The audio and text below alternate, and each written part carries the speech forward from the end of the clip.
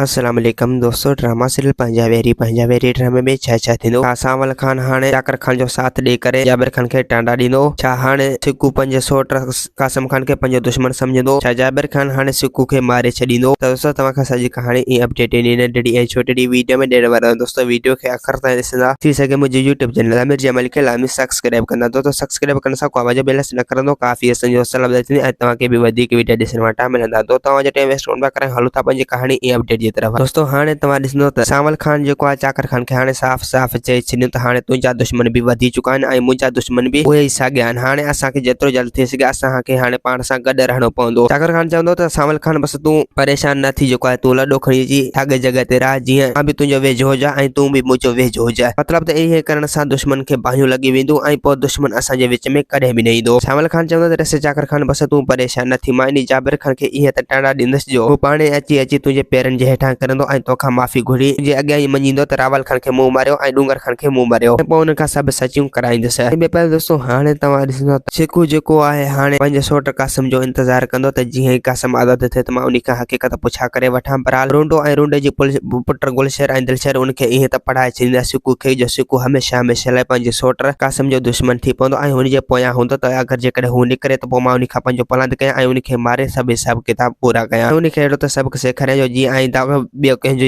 खून न करे सघे। ऐं ॿियो दोस्तों हाणे तव्हां ॾिसंदो सिकू जाबिर खान खे ईअं त तंग कंदो, पोइ जाबिर हमेशह लाइ सिकू खे मारण जी कोशिशि कंदो। बहरहाल हाल फ़िलहाल जेको आहे सिकू जी हयाती आहे, सिकू बची वेंदो जाबिर खान जे हमले मां। जाबिर खान जेको आहे सिकू जो हाणे दुश्मन थी पवंदो, सिकू खे कॾहिं बि माफ़ न कंदो, छो जो सिकू जेको आहे जाबिर खान खे ईअं त तंग कंदो जो जाबिर खान हमेशह लाइ उनखे मारण जी कोशिशि कंदो। ऐं ॿियो दोस्तों हाणे तव्हां ॾिसंदो हसीना बेगम जेको आहे सोरठ बेगम खे धमकाईंदो तुंहिंजो भलो इन में तूं मुंहिंजे ॻाल्हियुनि मथां अमल कर, अगरि जेकॾहिं तूं अमल न करे त पोइ तूं ॾुखियाई थींदे। दोस्तों उम्मीद है कहाणी आई उनखे पसंदि असांखे ॾींदा। हाणे जा त वरी तव्हां सां मिलंदासीं के नई वीडियो में। जेसीं पंहिंजो ख्यालु रखंदा। खुदा हाफ़िज़।